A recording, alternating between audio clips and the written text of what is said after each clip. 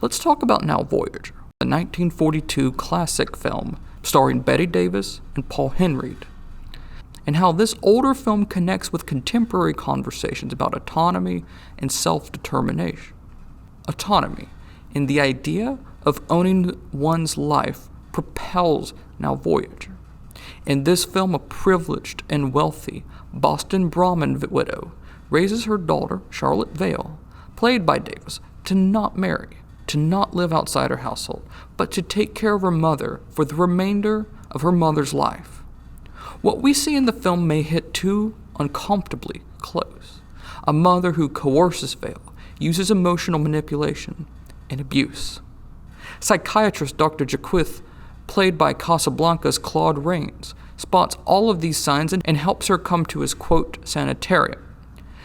Dr. Jaquith's sanitarium allows for autonomy, and in this environment, Charlotte begins to exist more on her terms.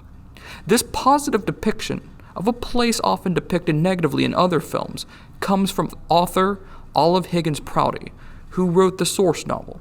Prouty, who suffered nervous breakdowns that required medical care in sanitariums like these, used her experiences to represent psychotherapy in a better light with her novels. From Dr. Jaquith's care, Charlotte receives encouragement to really try something on her own: solo travel on a South American cruise.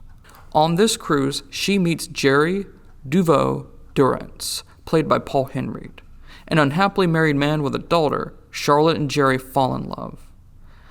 These are not spoilers. These elements set up the film about someone in search of autonomy and authenticity. Charlotte does not have a clean transition from subservient to self-determined. The film, instead, shows Charlotte dealing with her inner doubts that prior abuse still prompts and the struggle for a future she wants that she may not have. Charlotte's struggle mirrors the struggles of many people. In the past few years, autonomy topics come up more and more as people discuss things like positive psychology and optimal well-being. Optimal well-being comes from autonomy traits such as self-organization and environmental mastery. These traits connect with the needs defined in, quote, self-determination theory, or SDT. SDT was developed by psychologists Richard M. Ryan and Edward L. Deci.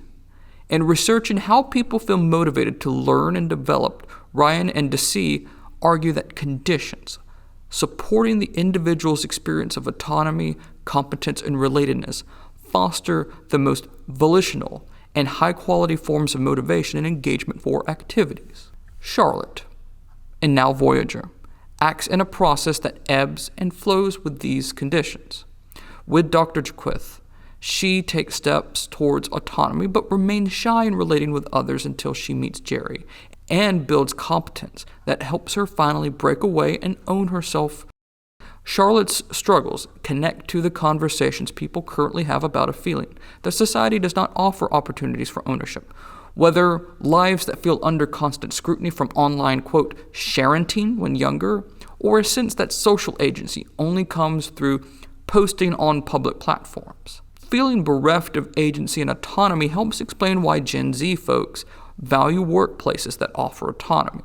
These feelings also help explain why a video about main character energy becomes viral. While many watched this video and cringed at it, others received the video positively because it offers a narrative appealing to anyone young, the idea of taking control of one's life. Yet main character energy, or feeling like a boss, isn't necessarily a process towards autonomy. Now Voyager contrasts a 1942 idea of main character energy versus a sense of self-determination from helping others that also aligns with the conditions set by SDT. While Now Voyager received lukewarm reviews upon release in 1942, the movie has since received a reassessment as a classic melodrama and received induction in the National Film Registry. While it has some outdated elements, Now Voyager remains a Bette Davis classic for today's conversation of self-determination.